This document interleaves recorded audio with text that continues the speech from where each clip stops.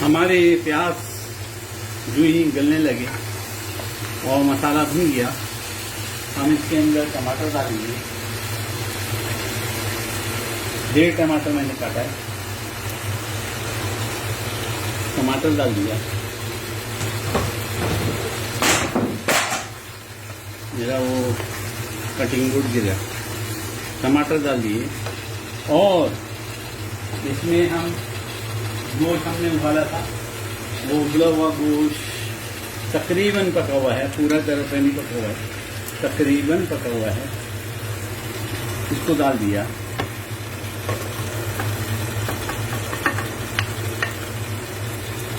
इसको हम इसके अंदर डाल दिया, इनको मिला देंगे। माशाअल्लाह तबारकल्लाह। और इसको हम दम पे ढक देंगे। ये हमारा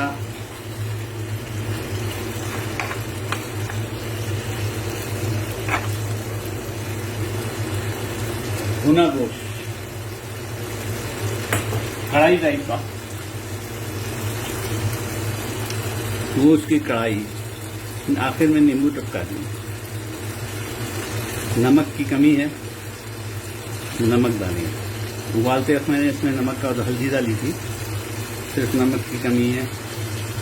आधा नींबू हमने इसमें टपका दिया।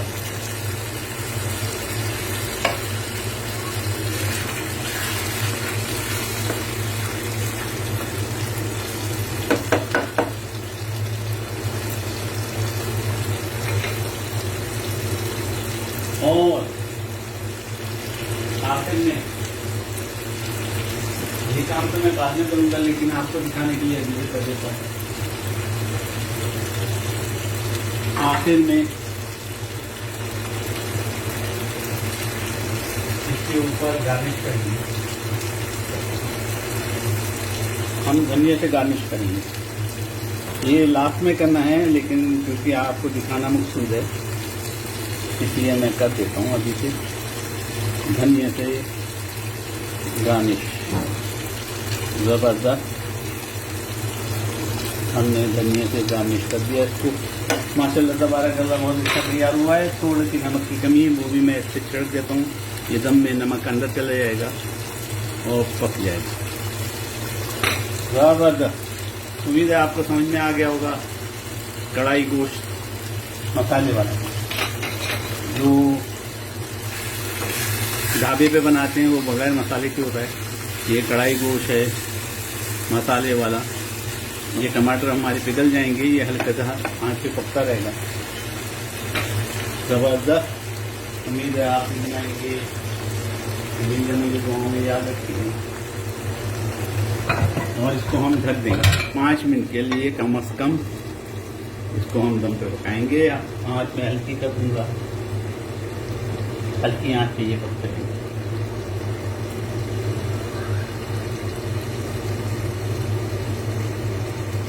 आज मैंने हल्की कर दी एक दफ़ा और। इसकी शक्ल ज़बरदस्त। गोश्त और धुएं वाले आलू दोनों चीज़ें सर्व करूँगा और इंशाल्लाह खाएंगे। उम्मीद है आप मुझे दुआ में याद रखेंगे। फ़ी अमान अल्लाह।